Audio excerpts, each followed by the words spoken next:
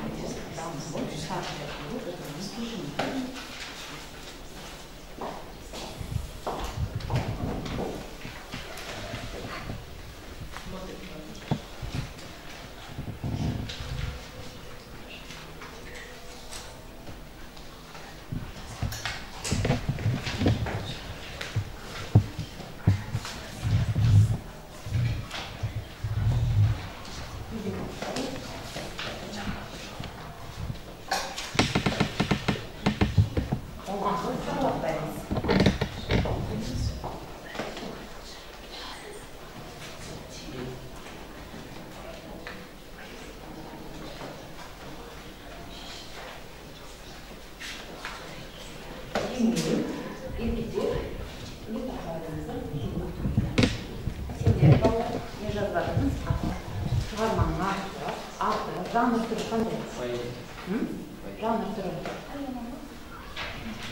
Жанр түрі. Оқиға орын алған жер, кейіпкерлер, кейіпкерлер отырады. Бұның тәрбиелік маңызы.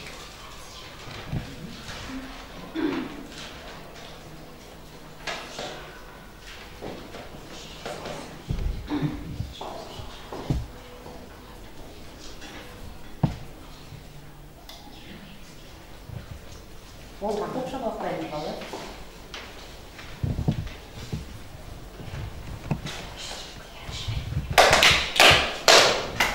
Жақсы.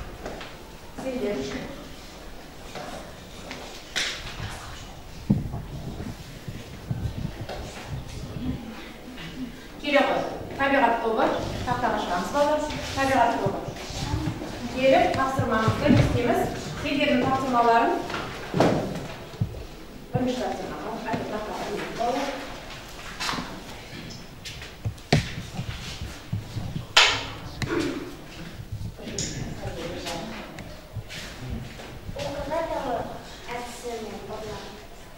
Оқиғаның басталуы жетім көздің тамаша сұлу табиғаты. Ал оқиғаның дамуы нәрестенің сырқаттанып қалуы, ананың шарасыздығы. Оқиғаның шарықтау шегі ананың аққуларда артуы. Оқиғаның шешімі баланың өлуі, жетімсізге аққулардың келмеуі. Енді аққу тобы кері байланыс береміз. Жаңа айттық қой. Өте жақсы болса, неше шақалақ деді? 3 шақалақ. Жақсы болса 2 шақалақ. Төмен болса 1 шақалақ деді. Ал кері байланыс береміз. Тез. 3 шақалақ, иә? Отырау. Келесі қандай? Дайынсыз ба? Жәнерген. Жәнерген. Келіп. Жәнергенмен. Кел.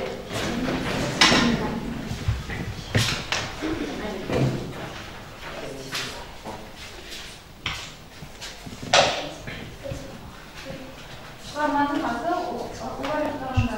Авторы Мұқағали Мақатаев. Жанр түрі көркем әдебиет. Идеясы ана махаббаты. Оқиға орын алған жер жетім көз. Кейіпкерлері ана, бала, тәрбиелік мәні аққуды ақтау, ананың баласына деген махаббаты.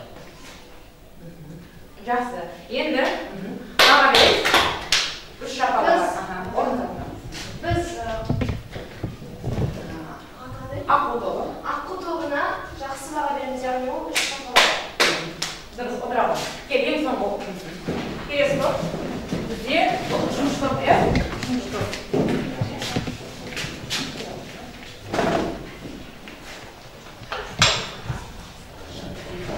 Теңеп, таста томырағы жаңбырдың тамшысындай. Епекер аққулар ұйықтағанда айдын көлде. Кейіптен мөлдірейді қарайды қарғашынға. Ал енді табиғат тобы. 3 шақалақ. Айта қойшы, кері байланыс. Ана тобы өте жақсы түсіндірді және 3 шақалақ. Мәтіннен көркемдегіш құралдарды таба білді. Өте жақсы баға. Отыра қойшы.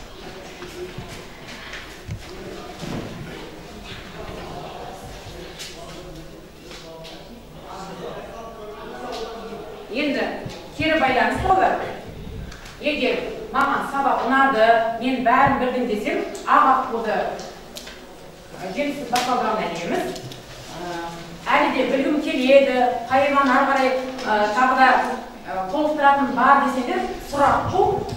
Енді көмек тағы қажет етемін десеңдер, қара аққуды жетістік басталғанына әлі шығамыз. Бірінші табиғат тобы. 2 оқушы келіп білсеңдер болады. Жетістік басталғанына. Білеміз. Фариза, Сұлтан. 2 оқушы. Тездетеміз. Жетістік басталғанына. Әр топтан 2 оқушы. Жәнерге келе ғой. 2 оқушыдан. Маған сабақ ұнады. Ұнады десе аға қол. Көп білгім керек десе сұрақ қойды.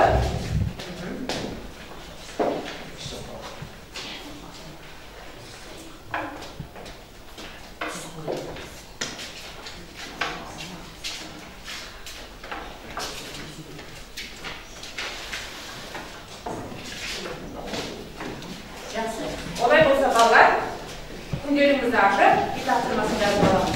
Үйге тапсырма, есте жазып келеміз. Үйге тапсырма, есте жазып.